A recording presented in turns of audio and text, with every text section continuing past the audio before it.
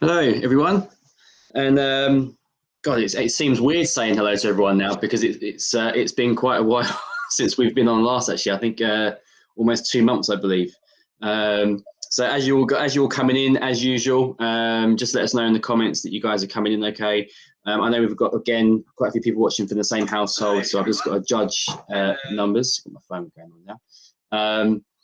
But yes, so welcome to a Peat Lovers Whisky tasting. So I think we've done a couple of peaty whiskey tastings over lockdown, but not as many as we should have done, in my opinion. Peat whiskey is, again, it's one of those ones, it's like Marmite. People either like it or they don't. But it's also, I think, a good learning curve. We've helped, I think, many people over the years kind of work their way into peated whiskies because they see it as like a rite of passage. They start on the very basic whiskies and they build up to it. I myself, I love to essentially have peated whiskey when I'm in the right mood for it, and I like to pair it with things like cheese and chocolate. Hence why we've arranged this tasting today to kind of just instigate a few of those sort of flavors. Mix that with the whiskey. We've got some great whiskies to go through. We've got a special guest joining us at the beginning here. So what I'll do is I will bring Jas on, and then we can do a quick introduction. And then I'll just make sure as well throughout the socials that no one's missing. And then we can get going and try some amazing whiskey. All the bottles will be in order today. So you've got 1, 2, 3, 4. You should have your chocolate there, your cheeses. I do recommend, obviously you've got your tasting glass for the sampling, but I recommend as well having a glass of water if you haven't already, just so you can cleanse that palate in between each one. But other than that, let's have a great evening, and I'll just bring Jas on. 1 sec. Hello. Hi. You all right? Hello, everyone. I'm good.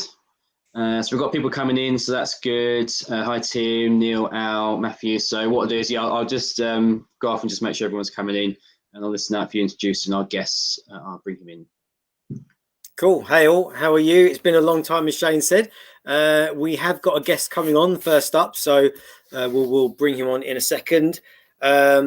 As Shane said, obviously, you should have your glassware. We've got a few new people here as well, so welcome to you, one and all. Just in terms of glassware, I'm sure all of our regulars will know, but I like to use a tasting glass like this.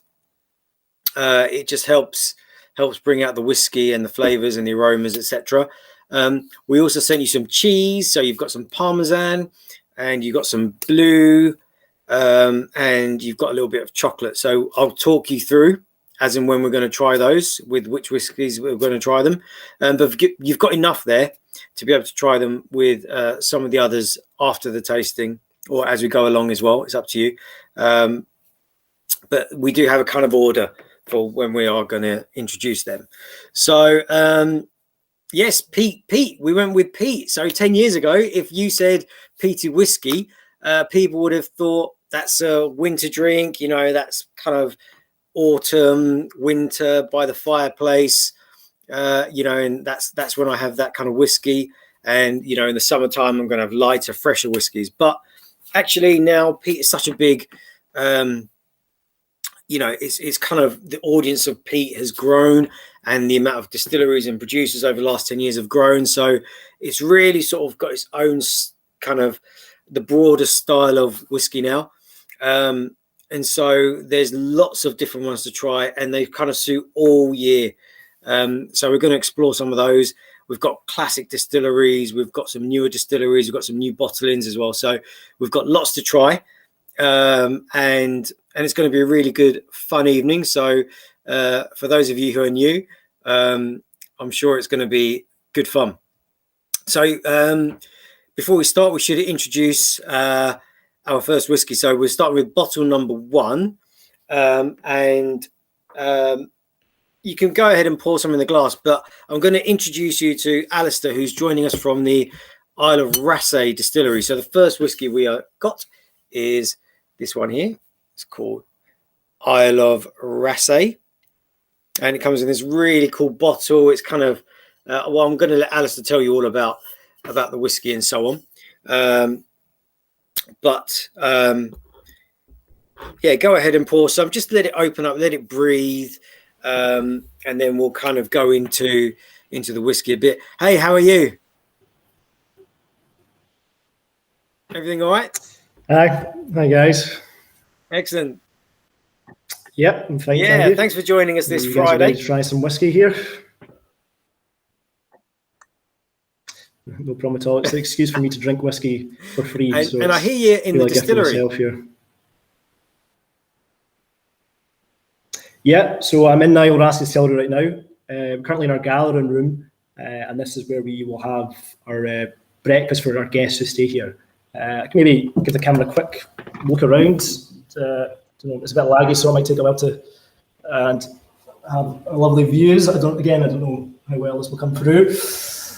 Amazing. But we like to say we're the distillery with the best view, and on a day like today, it's quite hard to argue against. Yeah. And you also won Visitor Centre. Was it 2019?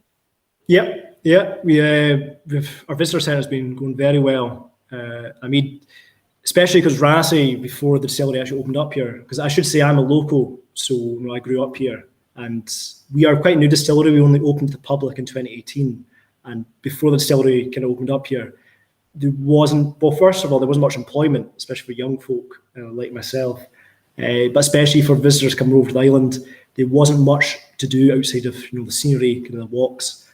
So it's been quite a change to the island having this place here and having somewhere where the kind of tourists kind of focus to, which is quite nice.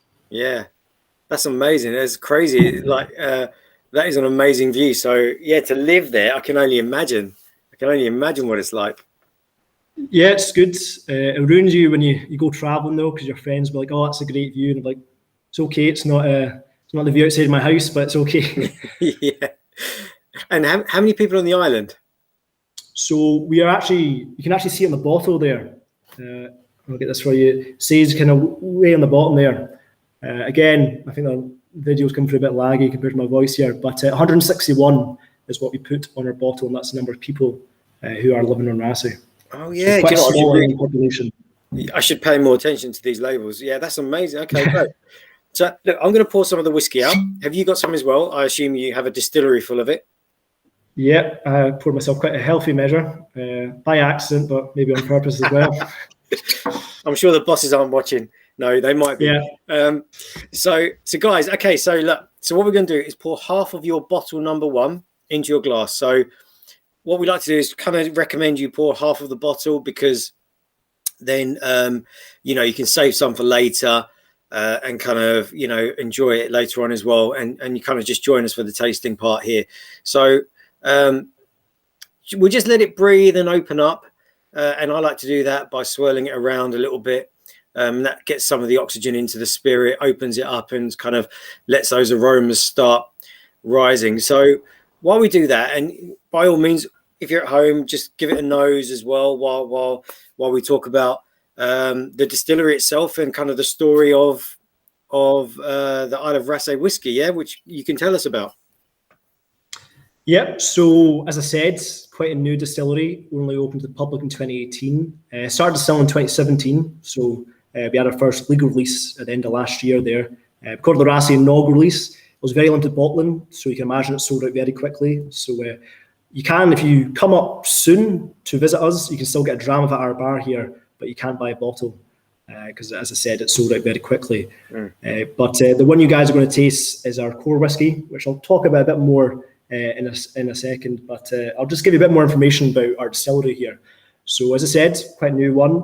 We are working in kind of an old/new location because we built our distillery outside of Bordale House, which is an old Victorian villa, originally used as a factory estates for the man who's run the property for the landlord on the island. But it's seen a few uses throughout time. It was actually the first building on the island to get electricity, and it was almost a post office in Rassi. But in the 80s, they also built a hotel onto Bordale House, built extensions onto it. But I don't know if you guys are familiar with 1980s British architecture. really not our best time period for architecture, and they were not the most attractive looking extensions. So when we began construction of our distillery back in 2016, we tore down those extensions at the roots of Bordeaux House, and then we essentially built our distillery out of it. And now that actually operates as our own hotel as well, because we're a 6-bedroom hotel here. So I think it's quite nice because it means you can actually come and stay inside the distillery, which I don't know if many distilleries can say that. We do lock the doors into the distillery section at night though, in case that's maybe why you'd think about booking, but I think it's quite nice. You can actually come stay inside the distillery. But the reason why they want to build a distillery here is our co-founders, Bill Dobby and Alistair Day. Bill Dobby is a bit more of the business savvy man. Alistair Day is more the whiskey aficionado. And they're independent, so they don't have any other distilleries in Scotland. And they were looking to build a distillery. Well, they weren't really sure exactly where. They're thinking maybe the Borders. But then Bill Dobby's friend, Ian Hector Ross, his wife has a Rassay connection. And they saw the old hotel that used to be on the site was up for sale. And they took one look at the view and decided they had to build here, which thankfully did because I have a job. So it worked out well for me. But that is why they chose to kind of build here. And really, as I said, for myself as a local, it's just the change in the island has been quite dramatic. Again, just employment, because we hire about 25 people on site on Rassay Distillery. And keep in mind, the island population is 161. So where the majority of that population being elderly and retired. So you do see the kind of big impact 25 jobs here can have, especially for young folk. Because kind of the Curse Islands, the young tend to have to move away just because there isn't very many job opportunities for us here. For instance, when I was studying in Glasgow, my Glaswegian friends would get annoyed because I bumped into more people I knew from high school than they did, just because there's so many islanders in the city. So it's quite a different island to what I grew up in, because I moved away before the distillery opened up. Just again, didn't feel like there was very many job opportunities for me here. But then I moved back when it opened up in 2018, and a lot of other people. And I should say, because 161 population, I think it's nice because it means we have quite community reflection in our distillery here. Because my brother, who's a distiller here, my cousin is also a distiller here. His cousin's the manager here. His sister's a tour guide here, and it goes on and on like that for a while. So I wouldn't want to say we're the most incestuous distillery in Scotland, but probably one of the most interrelated distilleries you'll find. Which again, I think is quite nice, and you can see the community impact that's really having here. Which even if you're not a fan of whiskey, I think that's something that's anybody can appreciate. Absolutely, it's a great story because, as you say, the distillery now is not just a business; it's part of the community, and it's almost like the family, right? It's the hub. Yeah, no, it really is, and obviously, COVID has impacted doing events up here, but before COVID, a big part of us was doing kind of events up here, and also tying it into events that already happened in Rassay. Because we used to do a big party, big community party at a boat shed on the island around the winter solstice. And I know it sounds very pagan, but promise no virgins were sacrificed during the activities. But we'd have the big party up here, and then the distillery kind of saw this and they added on to it. So they call it the Whiskey Fire and Song Night. So we'll have a music event up at the distillery in the gathering room I'm in right now. And we'll have a bar up here, and we'll be up here for a while, and then we'll get to a point where we'll all go outside and there'll be a fire torch procession going all the way down to the boat shed, which is not far from the distillery here. And then we have a big community party, a big bonfire. And again, just having a place where the community can come together and someone that's willing to put up events, again, just can revitalize like an island community like Rassay. Because really, one of the kind of cursed islands, as I said, is a lack of employment outside of, say, hospitality, like hotels or restaurants. So having something that people can go into a career with, like distilling, like my brother, it really does make quite a difference here. Absolutely, yeah, absolutely, that's amazing. So tell us about this release one then. So it's kind of, obviously there's casks, lots of different barrels on the bottle here. So tell us about the kind of the ethos behind it. So for our core whiskey, and this is what we're calling it, we don't have it on the label, but we're calling our core because it's going to be our steadfast release, our flagship, what we hope to continuously bring out.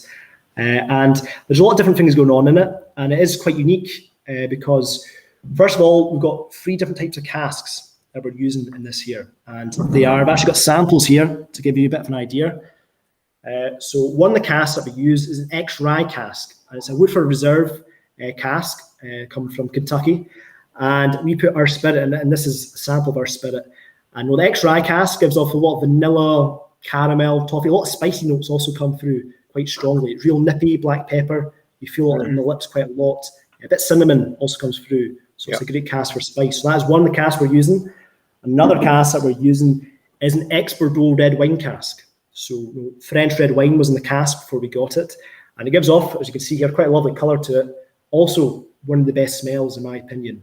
And we are doing single cask releases of all of our casks here. And we recently did bring out a very limited release of our Peat Bordeaux. Unfortunately, it has sold out, guys, so we can't get one. But it was quite a lovely one that we got here. And the last cask that we're using, I should say a lot of dark fruit notes, bitter sweetness comes from the Ex-Bordeaux cask. But the last cask that we're using is a virgin oak cask. So Trinket Pin virgin oak, brand new wood. And the Bordeaux cask as well, but especially the virgin oak, isn't really used in the Scotch whisky industry very much. For one thing, it's more expensive because it's brand new wood. So it's going to cost more to get it in. But also, because it's brand new wood, it's having a massive impact on that spirit there. So you can see that was the darkest coloured one of all our samples there, because a brand new wood is having a massive impact on the spirit. A lot of sweetness, caramel, vanilla, toffee notes, real strong sweetness.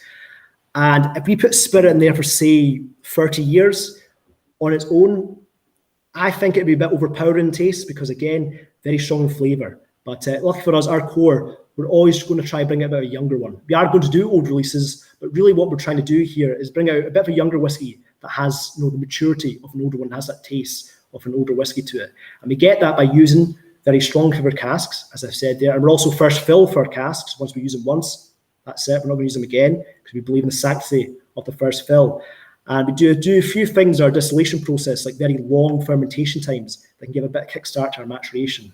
So that's what we're doing there. So we put into those 3 different types of casks, our X-Rye, our Ex-Bordeaux, and our virgin oak.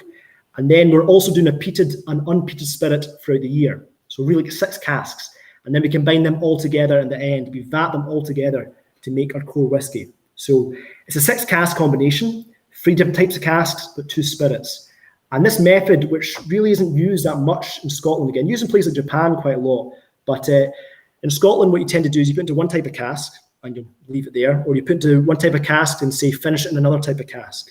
By using the method we're using here of combining not just 3 different types of casks, but 2 different types of spirits, it means we have much more room to play around with in the final palate and taste that we're getting, because we can mix up the ratios of what we're using to bring it together, and we can strike a real nice balance. This is also how this whiskey is quite lightly peated, because we're combining an unpeated and a peated spirit together, so you strike up quite a nice balance between the two.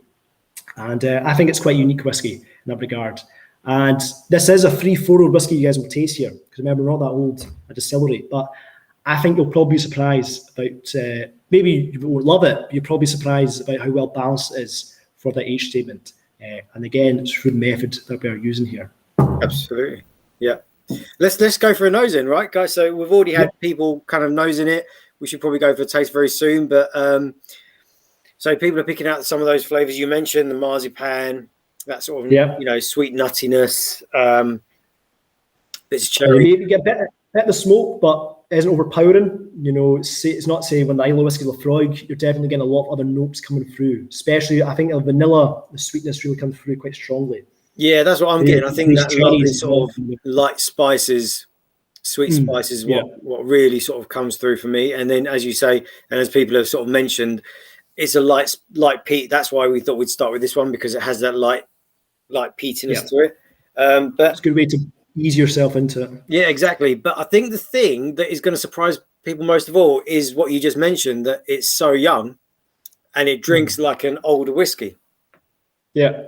So I mean, so I was just going to say percentage is 46.4. So it's not necessarily shy, but it is quite strong still. Yeah. And if you guys are ready, I would advise taking a taste. And I'm sure a lot of you guys are experienced whiskey drinkers here. But for my advice, I always give out in tours here is always try this twice on its own straight with no water or anything.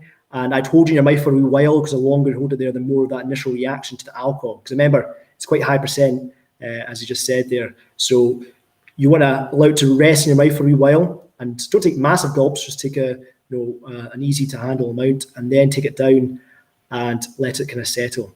And I think the first time you will get a bit of a stronger reaction, especially if you haven't drank today. But I don't know, it's later in the day, and I certainly wouldn't judge you guys if you have been drinking. But I would try it twice straight, because I think the second taste here, you're probably going to get some subtle notes you never got the first time. Maybe a bit more vanilla, caramel, cinnamon notes, or maybe just a bit less harsh, because again, you're having that big reaction. And then I'd advise just a couple of drops, and I really do mean just a few drops of water to see how the whiskey changes. And that's the best method I would lay out for you guys. So at least twice straight on its own, please, and then add just a wee bit of water and see how the whiskey changes.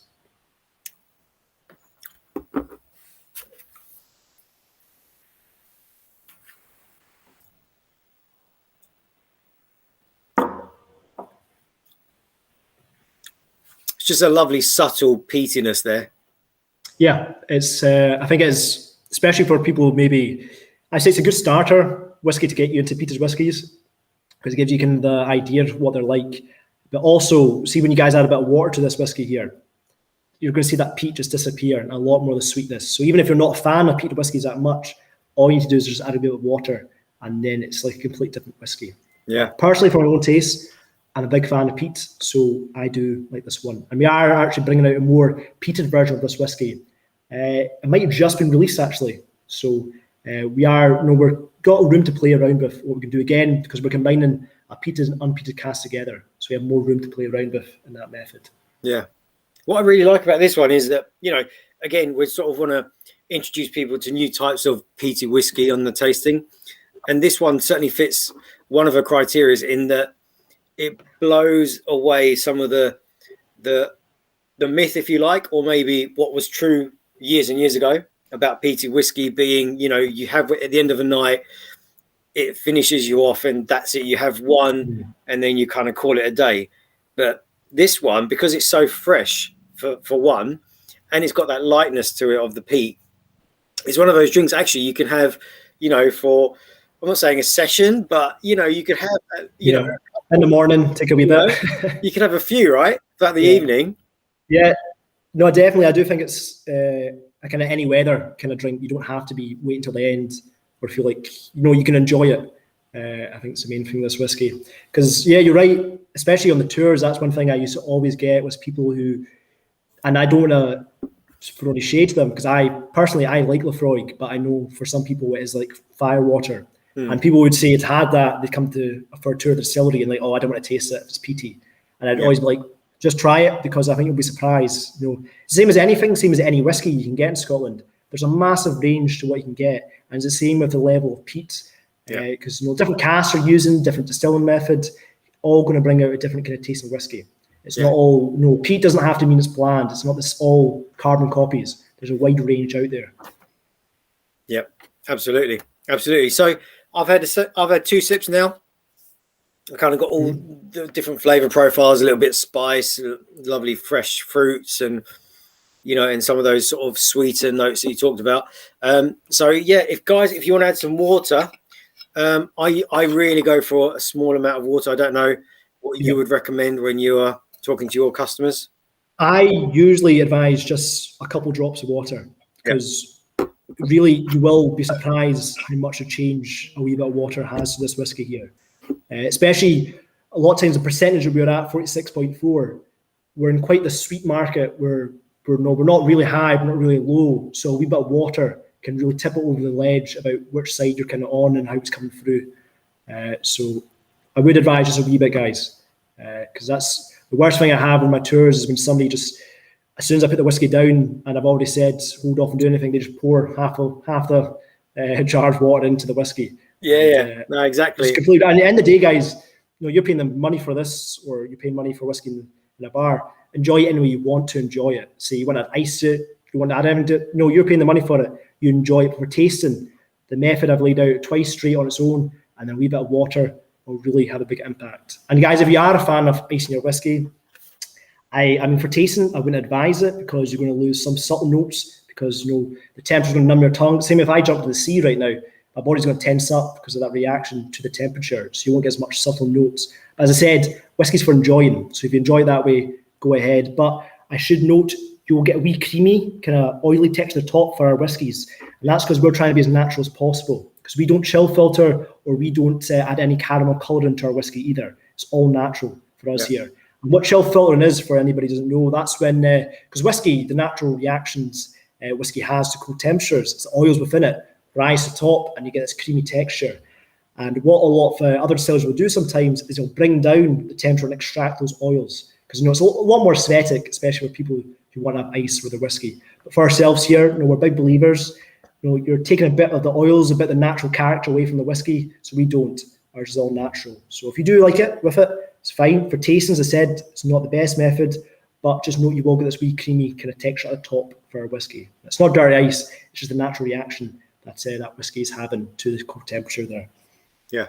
That oiliness really comes out when you add the water. Suddenly the whiskey really, does become a bit creamy and a bit thicker, which is great. And also, I don't normally add water to my whiskies, but more recently, and particularly with peaty whiskey, I think adding water just helps. It just changes the whiskey a little bit and develops it and extends the flavor profile, a little bit more. So I think water is a good addition with smoky whiskies. I've always found when you add water to a whiskey, you tend to do, and I should say, if you add a certain amount of water, don't drown it in it. If you add an all right amount of water to it, you tend to take away the initial notes you get. So for our whiskey, that peat, that smoke, maybe a bit more kind of the cinnamon notes. And then when you add the water to it, you kind of take away that and a lot more of the sweetness, maybe glazed cherries. The hidden notes underneath come out and it opens up quite a bit. But in the day, if you guys are trying a new whiskey for the first time, try it on its own and try a bit of water. Because as you're saying, there's some whiskies I'll like a bit of water, there's some whiskies I'll like straight. Because in the day, it's all your own tongue is how judging whether you like this or not.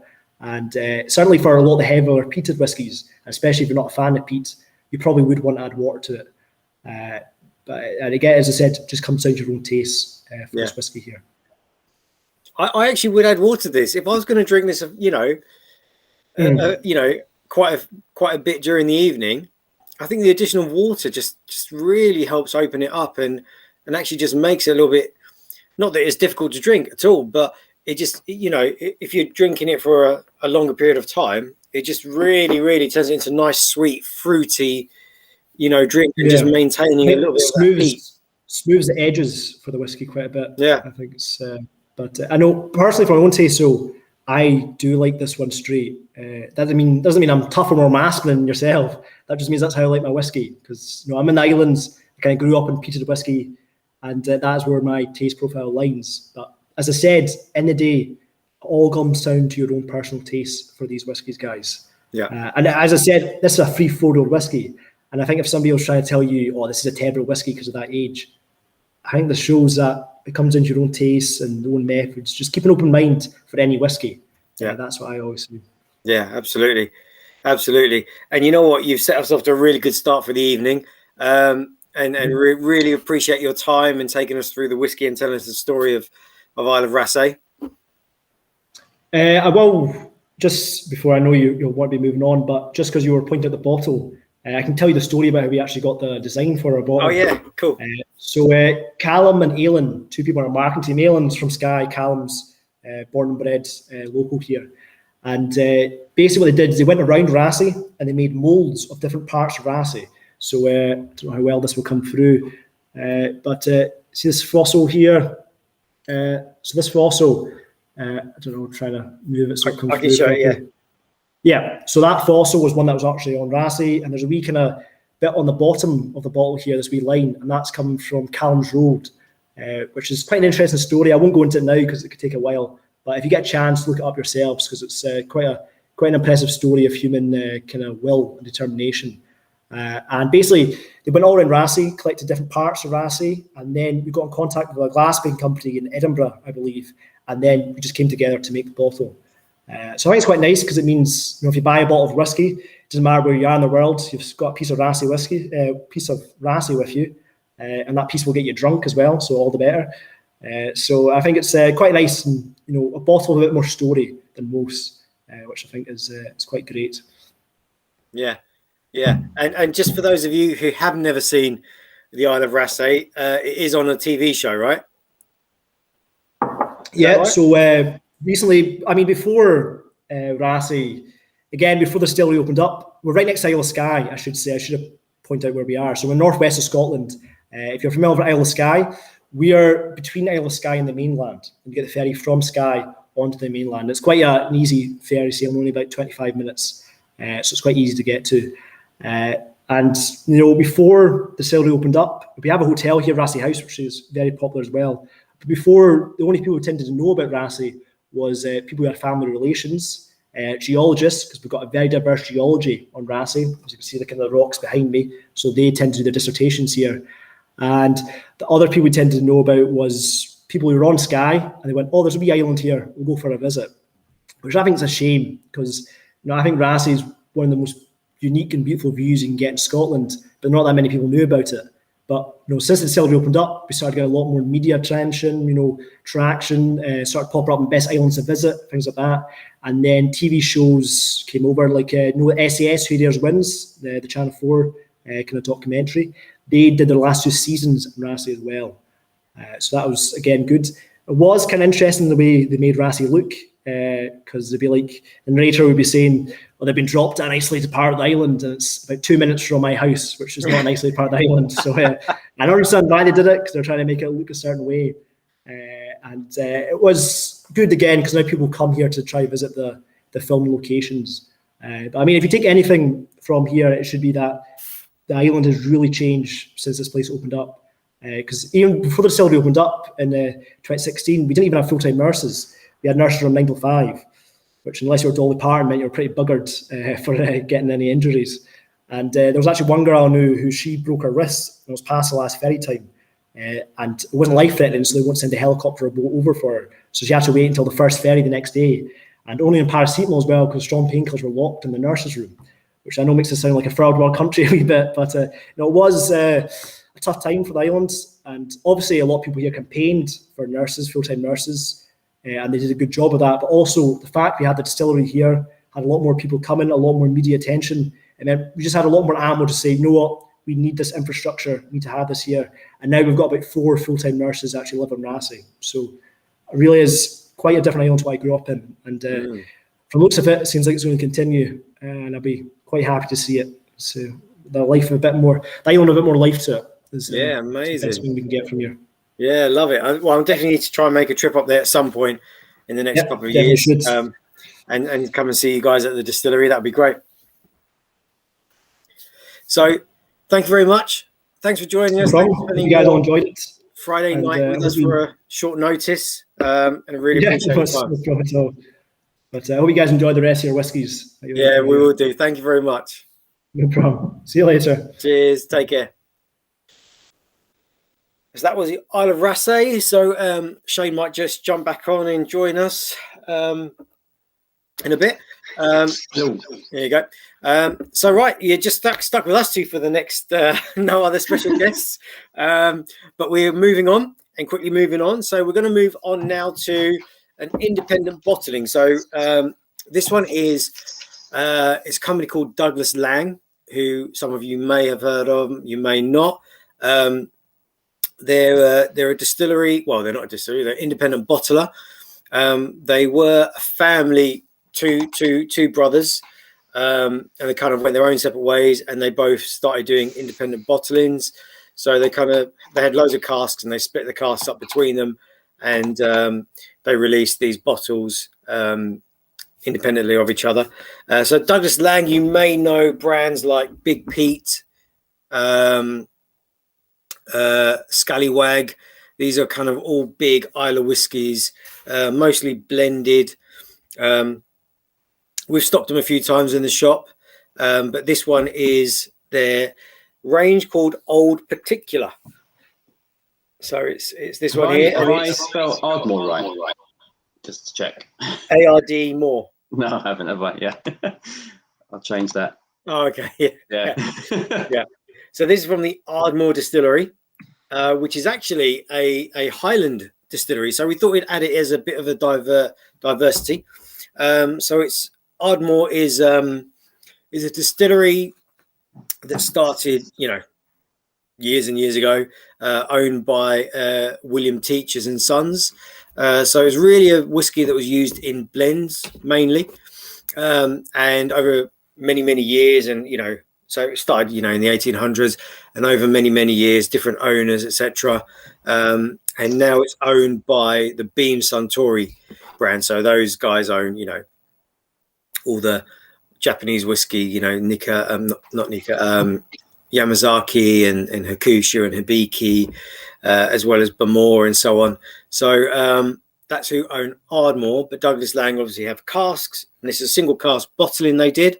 So the actual whiskey itself, as I say, 21 years old, was distilled in 1997 and then bottled, I think it was November of 2018.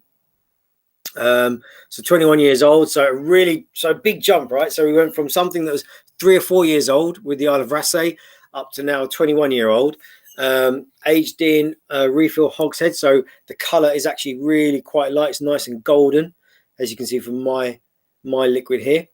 And percentage wise, we've jumped right up to the top of 51.5%. So it's a really big jump. Again, it's quite a light peat to it, so we're kind of still easing you in. So if you want to pour some into your glass, we can kind of talk about the whiskey a little bit. So it's really nice, right? It's a really creamy whiskey, 21 years old, so you got a lot of age, a lot of depth of flavour. It still smells quite light, though. Sorry? It still smells quite light. Yeah, because it's a refill hogshead, so it's had something in it, possibly I think twice, and so now this whiskey has had time to sit in there for that whole period of time, for 21 years, because the impact of the wood is much less on the whiskey, so the color is also less, the flavors are also less, but that's why it could sit there for so long. Quite sweet, so totally different to the Isle of Raasay. This is obviously a Highland malt, right? So this comes from Knockandy Hill, which is right in kind of, I think it's sort of on the border of the Speyside in the Highlands. But some of you will know a whiskey called a Knock, which also comes from Knockdhu, which is a little bit further east of west of that point, but all part of that kind of that area there. So it's a Highland whiskey as opposed to a peaty whiskey, but Ardmore are a peaty single malt, so they peat a lot of their malt to give it that smokiness. So like let's orange peel, or sorry, like orange peel or some kind of citrus. There's definitely like an oily orange citrus. Tim's saying treacle on the nose. That's a really good shout, probably. Yeah. Well, I'm not getting it, but yeah, it's more like, I'm getting more of like the toffee caramel, it's more that kind of thing rather than a treacle. Okay. But it's definitely sweet. Like that syrupy sweetness there, though. I find as well, I don't know if it's just me, but I find with peaty whiskies, when I'm nosing them, my mouth really salivates. It could be the saltiness, though, because I know what you mean. It's citrus, the salt. It could be, It's like you're gagging for it after. It really does. I don't get that with normal whiskey. So with this one, just to prep you, we're gonna try some Parmesan with this one, but we're gonna obviously drink it neat first, and then we'll start pairing it with the food. So only 295 bottles of this, being a single cask, so not a lot. This is not a cheap whiskey then. How much is this whiskey a bottle? I can't remember. Being 21 years old. I should know, knowing we put it in it, but I don't know. Oh, sorry, I just gave you some wrong information. It was actually November distilled in 1990, and then bottled in 2021. It doesn't give you. It just says one of 297, so it doesn't actually give you the bottle number. That's a very small amount of bottles. Yeah. So let's go. Right. So nose, yes, we got a little bit of treacle. We got some dried fruits, oranges. You said There's maybe, being the type of cask, is a touch of spice. There's definitely spice, yeah. I was going to say like clove and cinnamon, that kind of thing. Yeah. And also, there's that lightness of, you know, almost flowery, not flower, but like floral. Should we go for a taste? Yeah. So the first one, just a small sip, just onto your palate, kind of get used to that 51%. You're not probably going to taste anything on the first one. Just get used to the alcohol, and then we'll go for another sip in a second.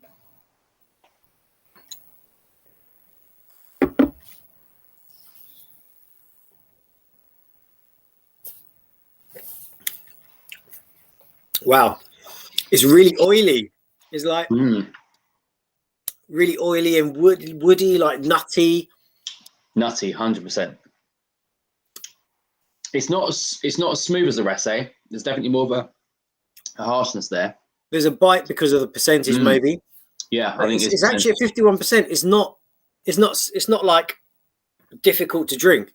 You know, it's still, there's so much creaminess in there. It really coats the mouth, doesn't it? It does. It really does. It coats the mouth, and it's just very easy to drink. And also, I'm getting that kind of, is that sweety meat? Do you know what I mean? Like when I say like a gammon or a salty, like, do you know what I mean? Like some sort of bacon. It's like that sweet kind of salty meat. Yeah, I'm not getting the meaty aspect. I definitely get the saltiness, but I'm trying to now think about the gammon I've got in the fridge. Like cooked gammon, like bacon. That salty, lovely, Moorish. It's a good thing about ones that whiskies that coat your mouth. It almost, you finish and then it keeps going for a while, which definitely makes you not have to drink as much. Yeah. So let's try it with the Parmesan. Okay, so obviously I've not tried it with Parmesan. I kind of just took a punt to say I think Parmesan the saltiness would work with this. So let's try it with some Parmesan and see how it pairs.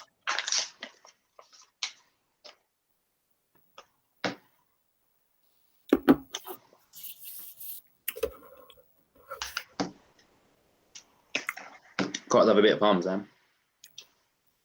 Parmesan is just good anyway. Yeah.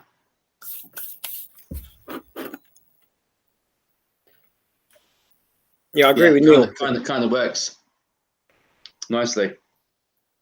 It's because of that saltiness, I think. It's totally with the saltiness, yeah. Yeah. I mean, actually, if you're really going on your bacony gammon kind of twist, you got to think about Parmesan and pancetta. Yeah. It kind of, do you know what I mean? Yeah. I agree with Neil about the 51%. You don't really notice it. Guys, if you want to add a touch of water as well, just a couple of drops, just to see how that opens it up. I think it works quite nicely with the cheese. Yeah, I think it works really well. That's a good shout. I think I read one of the tasting notes. Maybe it's on the bottle. This is why I love pairing peaty whiskies with things, because you can almost set yourself out. You know, your cheese and chocolate board with a glass, couple of drams. We set you off for the evening, 100%. You could easily make that 2-3 hours, sat on your chair, watching your favourite show. It just worked really well. Yeah, exactly. I think that's the thing about, and that's kind of one of the things we wanted to sort of touch on with today's tasting, is that peaty whiskey doesn't have to be, you know, a particular time of year or a particular time of the night. It can be all round. And as you said, if you have a nice cheese board and you sort of focus a bit more on the salty kind of cheeses and, you know, a bit of charcuterie and stuff, a good smoky whiskey would pair really nicely with that. Making carbonara. Yes, yeah. That's exactly what Jess is thinking of. That's what he's having for dinner after. I'm hungry. Yeah, you know what? Let's try it with some carbonara. Yeah. But really, really nice. So I'm just seeing what else. It's an odd thing to say because I think it boils down to individual distilleries and the quality of a brand you're buying into. But I do notice that whether it be a case of just distilling in general being done better now across the board, because I find a lot of these high-end or the top-end ABV spirits are not coming across as harsh as they used to years ago. They're a lot more refined. It's like everyone's perfected it a lot better. So when you bottle it at 51, 56, 57%, there's a lot. I mean, obviously, again, it's down to our selection of what we pick in the shop, but many I have recently, they don't taste like that percentage. They're a lot smoother, easy drinking, doesn't blow you away. It could be because you're used to drinking neat spirits, perhaps. Also, there is a touch of, the stronger the ABV doesn't always reflect that kick, and also it's the still will make a big difference, because if the still is of a certain shape, it's only going to let some of the lighter alcohol through, and all the heavier, more robust oils and particles are going to stay in the still. So the still itself is going to have an impact. So it's probably just a bit of luck that you're finding higher ABVs are not as punchy, but there's definitely some punchy ones out there. Yeah. I mean, I remember that obviously, like we had the what was it? The MRC Port Charlotte. Yeah, and that was like paint stripper, but that percentage was just harsh, really harsh. I think that again, that's to do with the cut of the spirit, which we'll go on to in a bit. But that particular one there is the Old Particular, which is an independent bottling of Douglas Lang. And we tried the Ardmore 21-year-old, so you can see single malt Scotch whiskey. 21 years old, lovely. Only 295 bottles, although this says 297, so maybe that's correct. So limited bottling, as Shane said, is probably going to be, over £100, probably, I'd imagine. Need to get a price. But and Tim, you know what? It did open up with a bit more water, absolutely, and it really changed. I've not tried that actually. It just added a bit more of those sort of floral notes, made the spirit a bit lighter, which is quite nice. But really good, 51%, and a nice whiskey for number 2. Now it might go downhill for some of you from this point, especially if you are, some of you are going to be obviously peat lovers and some of you aren't, as Georgina sort of said. So, yes, this is where we're sort of going to push the boundaries a bit as we sort of go into the last 2. And these are much more classic in terms of what you think of when you think of smoky or Islay whiskies. So I think we've built them up nicely, though. Sorry? I think we've built them up nicely. This is that you've had 2 almost building up to the level. Yeah, exactly. I don't think your palate's almost ready for it. I think, especially with the next one, I think you should be okay. Especially someone like Georgina. I think give it a go. Have an open mind. I think the next one's phenomenal. Oh, Georgina's known for being closed-minded. Definitely stronger. So, and also we started off with those lighter style whiskies, not just in peat, but in terms of colour and the cask finishes. Now we're moving on to kind of those big sherries. So we're moving on to, hence the name, right? Smokehead. So don't let this put you off. Okay, this is called Smokehead with a red skull on it. And I'll tell you about this. So this is made by a company called Ian MacLeod. So Ian MacLeod, a family-run company. They own distilleries like that you would know, Glengoyne, Tandu. They've recently bought and are rebuilding the distillery of Rosebank. So Rosebank is probably one of the collectible whiskies, and they now own that, and they're rebuilding that distillery. So look out for some really good bottles coming out very soon. And so this is one they they've now brought into their portfolio, and it was really kind of, it's very different to everything else, right? This is not about the story of a distillery. This is not about history. This is not about, you know, this turmoil of a distillery that opened and closed and now is open again. This is just purely kind of hitting a point to get an audience. And it's really I think it was catered for the American market. You know, you sort of, that Jack Daniels kind of drink, it's all about having a brand and an image. And it's just about being punchy as a whiskey.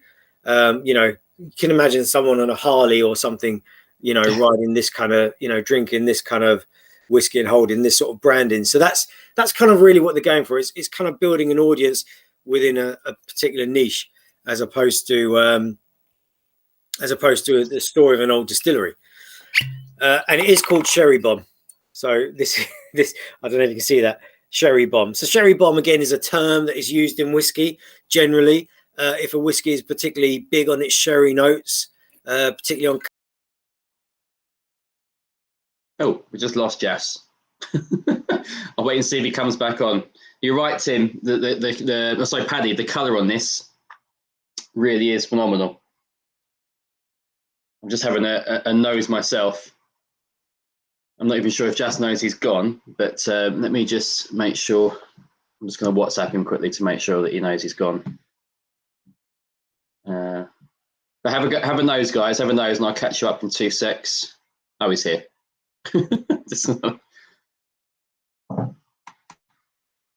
I was just WhatsApping you to say that you weren't on. Oh, okay. Yeah. So did you actually hear anything?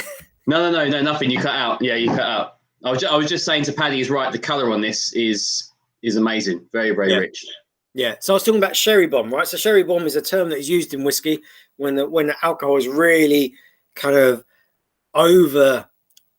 overly taken on the sherry notes for no reason. It's just the way it is. Some whiskies and casks react differently. So they've taken the term Sherry Bomb and they've probably used it in the way it should be used, which is just saying this is big on sherry, but also it's smoky, so it's a bomb as well. And yeah, as you guys mentioned, it is dark in color. It's taken on a lot more of that sherry. And it has quite a bit of that. I always find with this one, as well as there's a sweeter notes there, some chocolate, but you also have that medicinal TCP kind of note that some people assimilate with that peatiness. Definitely comes for a little bit medicinal. Yeah, I think that you're right. There is that kind of that medicinal note. But the flavors are completely different, and the nose is completely different to the other two. So Tim, I think Tim's got it with that sweetness on the nose. I'm definitely getting like lots of dark chocolate and fruitcake. Yeah, fruitcake. That's the one. And there is a bit of that saltiness as well, still being Islay. So this is now an Islay whiskey. You know, before we had something from an island and we had a Highland. Now we're actually going into the Islay range. So this is an Islay whiskey. Even cloves again as well. Yeah, I think there is definitely a bit of spice.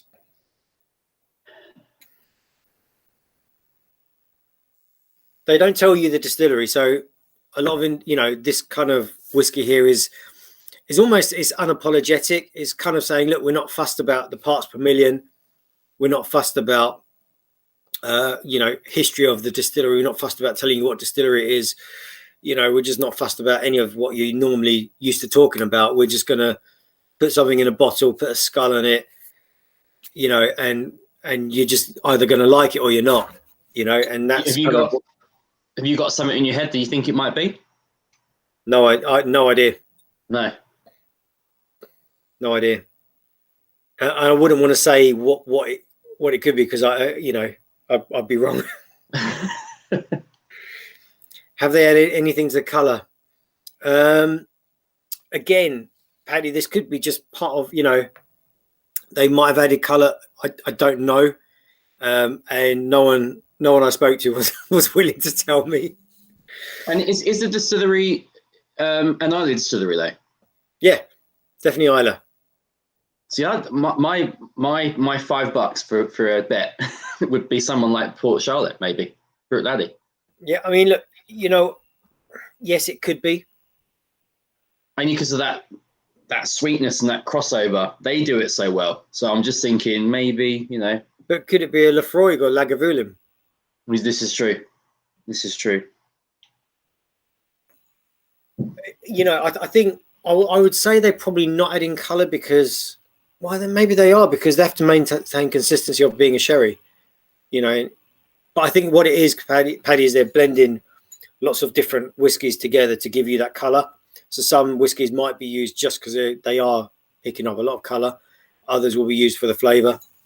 Is it single barrel, just Oloroso sherry or a couple? Just Oloroso? Oloroso mainly, yeah. Yeah. So let's go for a taste. So 48% exactly. Yeah, 48% exactly. So coming down a touch, but it'd be interesting to see how it compares.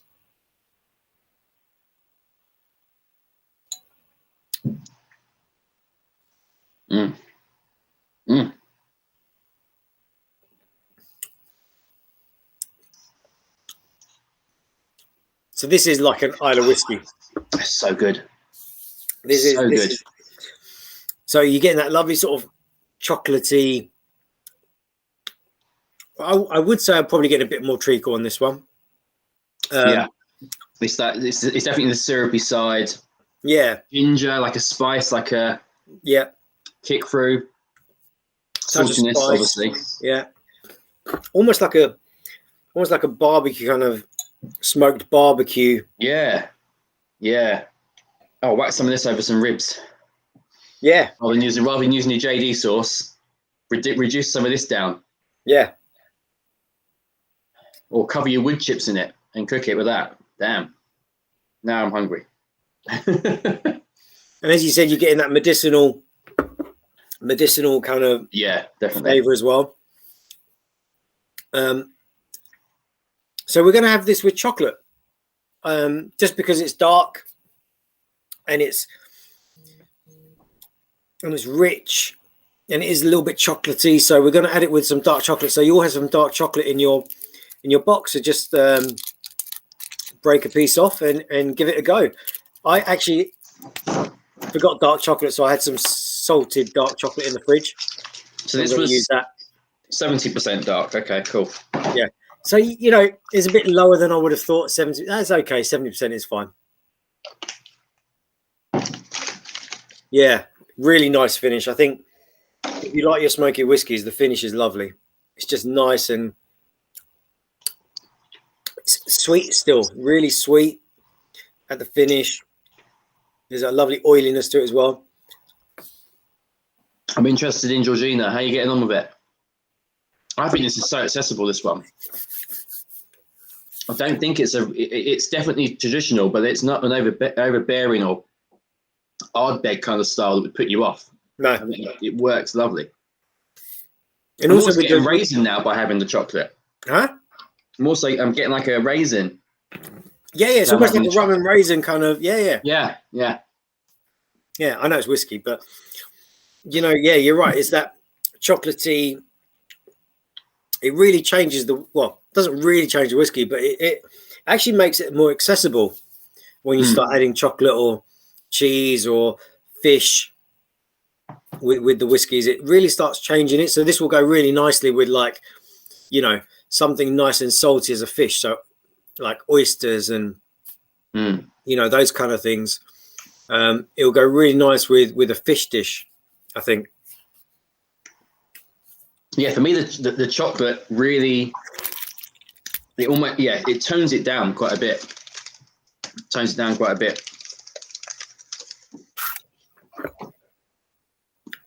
Although let me try some water with it and see if that works.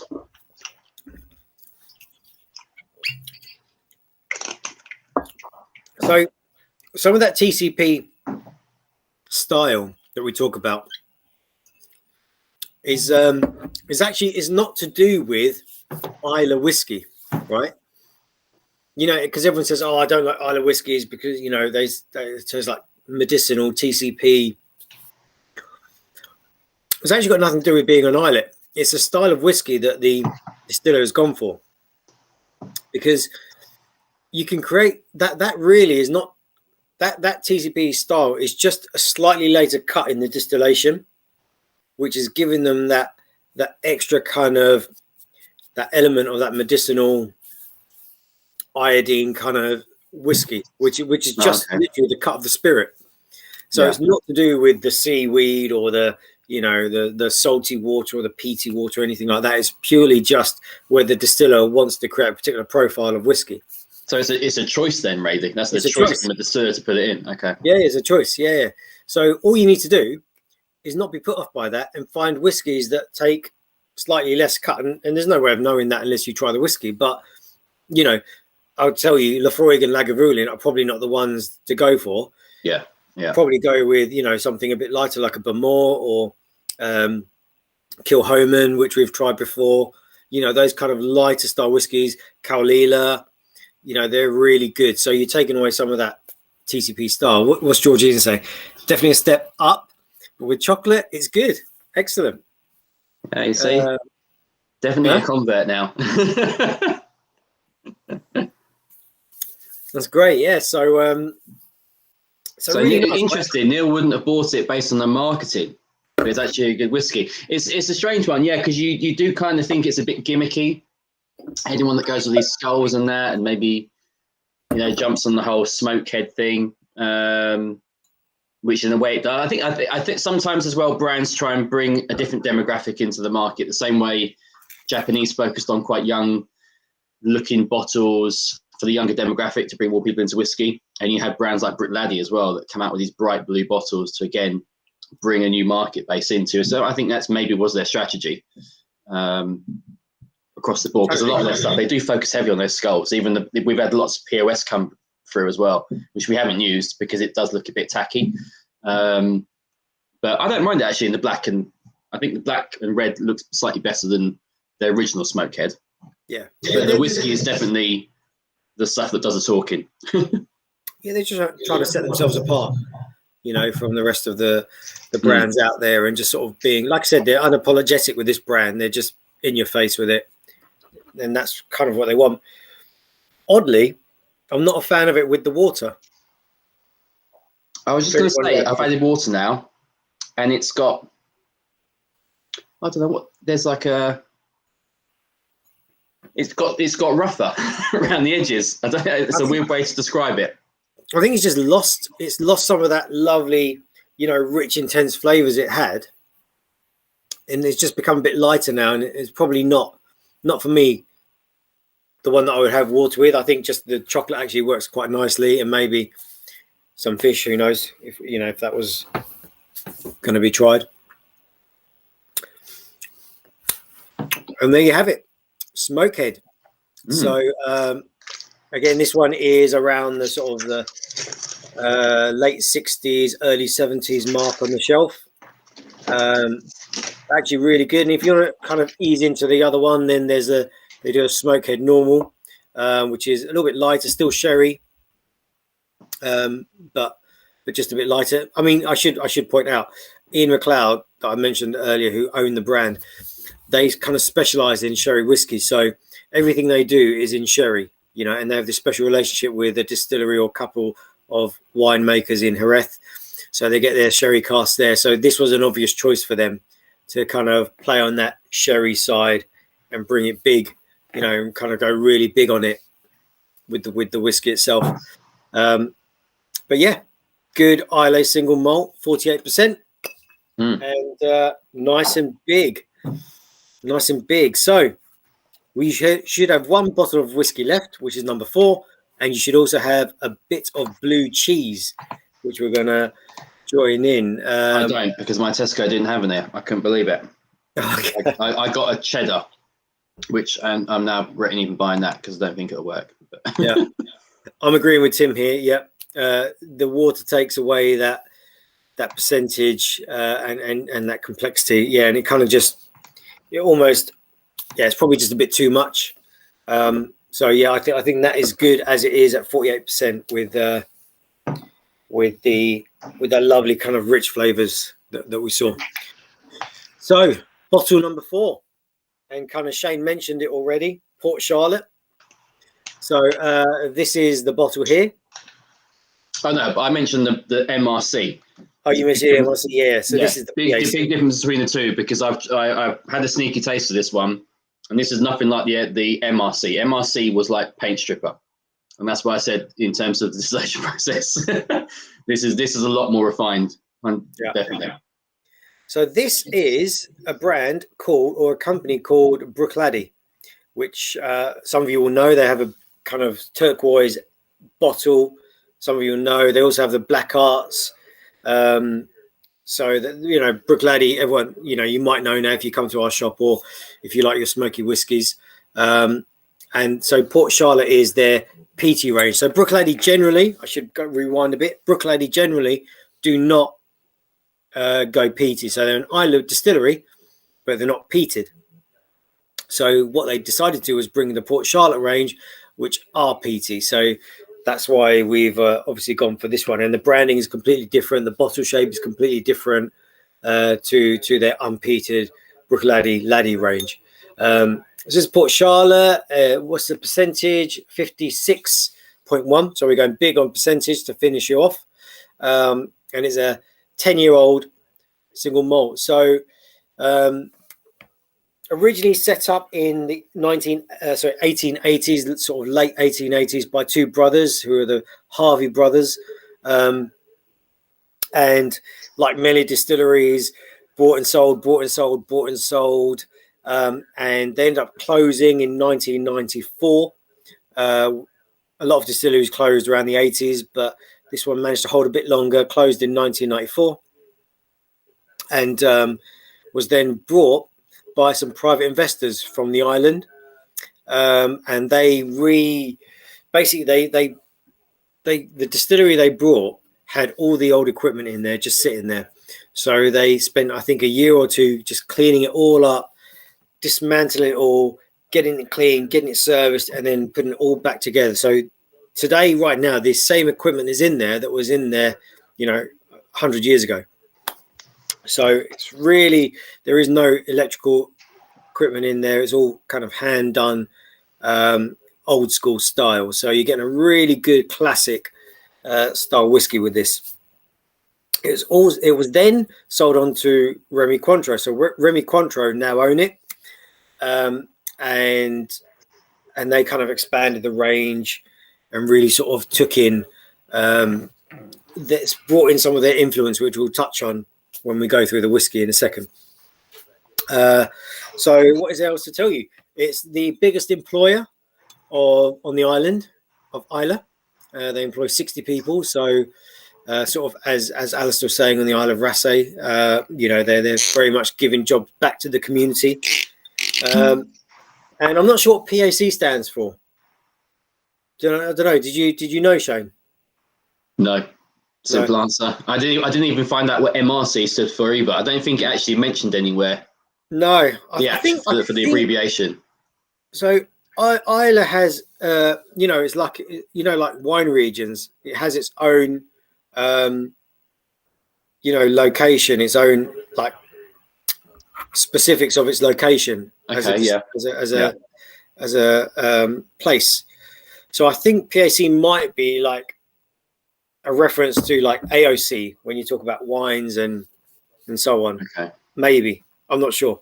But being a French company, I'm thinking maybe that's what they're referencing. Yeah.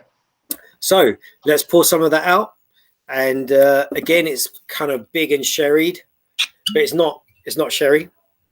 So it was already in there. So you're getting fresh cut grass on the nose. Let's have a look. So I'm getting lots of like dry fruits. Again, raisin.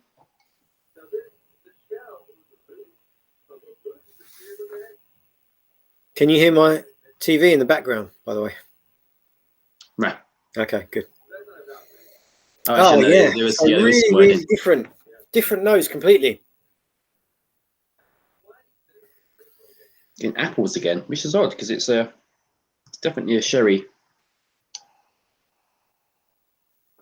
Wow. I'm getting this like toffee sweetness, getting a bit of spice, definitely getting some chocolate Or like caramelized something as well. I'm getting a little bit of thorniness there. Could be construed as grass, yeah. Yeah, it's very fresh.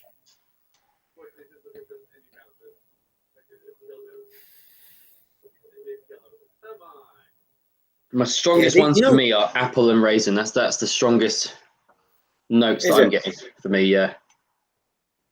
Which is odd for a whiskey that's so dark. Fruit. Is it like toffee apple? Yeah, yeah. Because I think it's because the sweetness is there. It's more candied, yeah. I'm going to just tell my son to turn his TV down. Jaden.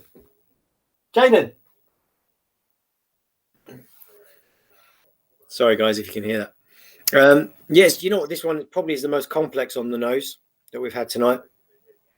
You could just smell this for ages and just try and pick out loads of different flavors. I find that across their whole range, actually, Port Charlotte is great for that. Yeah. Yeah, they're so diverse. So this whiskey is also, let's go for a taste now. Let's try it on the taste. So like I said, 56%. We've obviously played around with lots of different ABVs tonight, so you should be completely used to this now. So let's just go for it. Neat. Maybe hold it in your palate for a few seconds just to kind of let it break down and let your own body do its work to break the liquid down.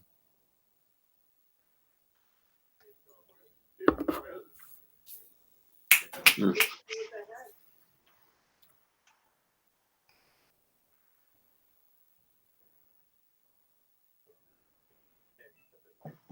It's like a rich, peaty Glenfarclas. It's that Christmas cake, bold, kind of typical sherry. And the ABV is obviously doing its work there with that kind of, tingle on your tongue, kind of. But it's not overbearing. It's not overbearing at all. No, this is it. It's not overbearing. And there's a touch of spice in there. There's a bit of dryness. It's quite a. So I'll tell you. So for me, it is a bit tannin. Do you know what I mean? It's drying out your palate a bit. Mm. So what they've done is PAC is two whiskies blended together. So they took a whiskey distilled in so it's 10 years old, so 2011 I think it was. 2011. And they took a range of whiskies, put them into first fill American oak, so they're getting that lovely spice, they're getting all that lovely sweet vanillas as well, bit of flavor, those kind of flavors. And then that first lot of whiskies they then put into red wine casks from the Bordeaux region, right, for 2 years. So they took the first lot of whiskies, 1 to 6 years old, in American oak, and then put them into red wine casks for 2 years. They then took a second pass of whiskies, also distilled in 2011, and they put them into first fill oak, but they were in there for 2 to 7 years, so a bit more time. And then they put them for the rest of the remainder of its life into red wine cask from Bordeaux. And so the color is actually not sherry; it's from the red wine casks. Ah. So it is different, which is where I was getting that dryness from. And I think that's tannins, definitely. Yeah. Tannins, and because it's a red wine, because it's a French company, Remy Cointreau, obviously. So I think they're bringing some of that influence of that wine that they, Bordeaux wines into the whiskey, and really sort of playing on that. And so it's a completely different whiskey to anything else we had before. So that's why there's so much depth of flavour in this one then, because of that. Yeah, and that's what's giving it, exactly. Yeah. It's not the obvious sort of sherry sweetness that you get. It's much more complex than that. And that red wine really, now it's red wine, you'll probably sort of get some of that tannin, you'll get some of that dryness coming through. Very dry in the finish, says Georgina, yep. And you picked up on that. A bit of oily, yeah, I agree, yep. I might try a chocolate bit as well, actually. Yeah, not that peaty. Lovely smoke and fruitcake. Mince pie, yeah. So parts per million, it's 40 parts per million. Wow. So 40 parts per million. Parts per million are the sort of phenols per, of alcohol. And that's what is measuring the smokiness of a whiskey. So this 40, so give you an idea, Ardbeg sits around the 46 mark. It's just a touch lower than that. So yes, it's not as smoky. But then, the old particular that we had, that's only around 12 to 14. So much more mild.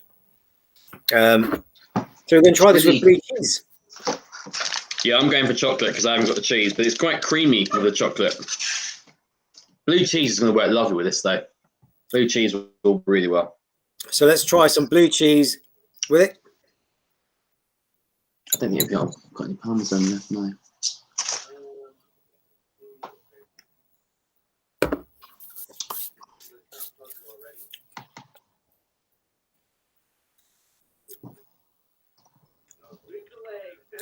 It's okay. Maybe the chocolate would work. I think maybe It's very nice. Yeah, makes it creamier. I think the saltiness works quite nicely with the whiskey. I would have thought the cheese would work though. So what? No, it does. What's not happening with the cheese? No, it does. It's salty. I think I just had quite a big chunk of cheese on the first one. Yeah. So it sort of overpowered everything. But yeah, the second time was just a bit smaller. And that was much more married together. Yeah. So yeah, it definitely is one that would work with cheese and a cheese board. And also with that wine kind of reference in the background, again, it sort of lends itself quite nicely to cheese as well. I think it's one of those whiskies, actually, when you let it sit, it will really develop with flavour. And you really open up. And maybe that sort of nuttiness will turn into a bit of coconut. And that sweetness will start coming out. Salt and choc.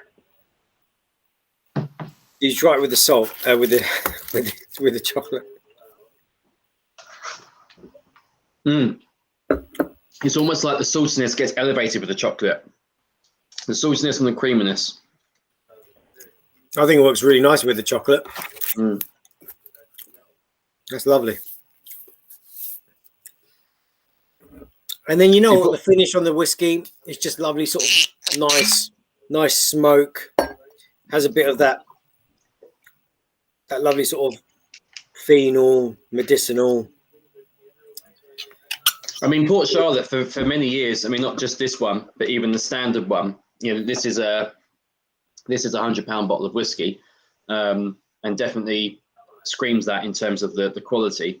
But their entry level ones are around about the sort of 50, I think 57 mark. I think. The Port Charlotte for me has always been one of those crossover whiskies. So anyone that comes in and said they want to get into peaty whiskey, sometimes Ardbeg can be a bit too much of a step up, even with their Ugadal, which is a sherry. Whereas these ones, they do offer the best of both worlds in crossing in that sherry into the peat, and it just works really well. And like I said, Jas was saying, sitting around about between 35 and 45 parts per million across their range just works great in terms of not, being too harsh for someone that's new into peaty whiskey. Yeah. But this is a million miles away though from the MRC. They must have had feedback on that one. And I think it's just a different. No, I think Port Charlotte, they're known for their Brook Laddie as a distillery are known for their lots of finishes and the way they work and stuff. So I think the MRC was one type of whiskey, and then this is something completely different. They've just sort of played around. Everything on this bottle is produced, not the bottle obviously, but the ingredients within it are all from Islay. So the Islay is Islay barley. Obviously the water is from Islay. The distillery and the bottling is also on Islay, and it's aged on Islay. So everything is done there, which is really nice, and it keeps it all kind of local, and that's why they create so many jobs there as well. just some of the comments. Yeah, Tim liked it with the Stilton. Georgina was the other way with the chocolate. Don't get it, but maybe chocolate goes with everything. Yeah, I think you're right, Neil. I think chocolate just goes. Certainly, if you talk to my kids, chocolate goes with everything. Controversial question, maybe. Do you guys have plans for an in-person tasting these days? And give me. We are working on it, Matthew. We are working on trying to get a in-person tasting going again. So yeah, we'll let you know very, very soon. We got Tim's order was 4, 1, 3, and 2. 4, 1, 3, and 2. So okay. a nice heavy one and then a nice light one. Yeah. Yeah, it's good. I think I might be close with you on that, Tim. I think for me, Port Charlotte was definitely my favourite. See, I'm slightly only because I have that sweet tooth and I do love my sherry bombs. I'd switch those two middle ones around. For me, Port Charlotte, then sherry bomb, then Rassay. Ardmore for me was okay, but you know, putting everything together, cost of bottle, everything, maybe, yeah, I'd be drawn more towards Port Charlotte and sherry bomb, definitely. 2, 1, 4, 3 for Neil. Paddy always chocolate in the first go. Yeah. Yes, Georgina, we took a break for summer because, just lots of people away and stuff. So we thought we'd just take a break and sort of come back towards the end of summer. So, yeah, I think we will do a few more virtual. We'll plan something for September and October, and then we'll also try and do maybe some in person as well. Matthew's order was 4, 2, 1, 3. Yeah, so look, everyone's different, right? Everyone's got their own little 4, 1, 2, 3 or 1, 4, 2, 3. Okay, yeah. So, which is weird, right? Because these two are really different. These two are although they do have red wine in them, both of them. So maybe that's really coming out for you. That red wine is really. Yeah, you do have expensive taste, Neil. 100%. Yeah. Yeah. Mind you, actually, Rassay wasn't that bad. Unfortunately, I don't think we can get any more, and we've we shifted through what we had. We thought we'd ordered a lot of our allocation, and it went, I think, within 2-3 weeks. I think that was the most it lasted in shop, but that was only about 54, if I'm correct, which I didn't think was too bad for something of that quality, new to the market. Their first release, I thought was great pricing. The Ardmore we have to check on. Yeah, that's 99. Sherry Bomb is 69. The only one I don't know is Ardmore. I would hazard a guess between 100, 120 if I had to guess. I think it's about that much. Somewhere close to that, yeah. Well, good guys, thank you very much. Thanks for joining us. And we sort of took you on a bit of a journey, different styles, different whiskies, different ages, not all from Islay. So, just sort of playing around. It's amazing how many four whiskies really just sort of change so much and can be really different. Bruno, I say. Well, they'll be doing a release too. So there will be definitely more Rassay, just slightly different to that one, I think. But we shall see. So, Shane, we'll have to let them know on any more tastings we've got. Yeah, I think we just got to plan some. Like I just said, we were just, giving it a bit of the break. We noticed that even from, in all honesty, from our ticket sales, we could see that a lot of people are maybe taking advantage of some staycations or even going away while everyone's getting back out, which is all, is fair. We knew that was going to happen. So we kind of need to be a bit more spaced out between tastings just to give us time to sell the tickets, get people on board. And I guess now we've done the PC one, we just need to find something else that will intrigue you guys to come and join us on the whiskey front and on obviously other spirit bases on gin. I think when we did originally speak about going back to in-person tastings, I think the one we were desperate to do with champagne, because we haven't done a champagne tasting now for 2 years. We couldn't do it virtually, so I know that's probably definitely on the cards.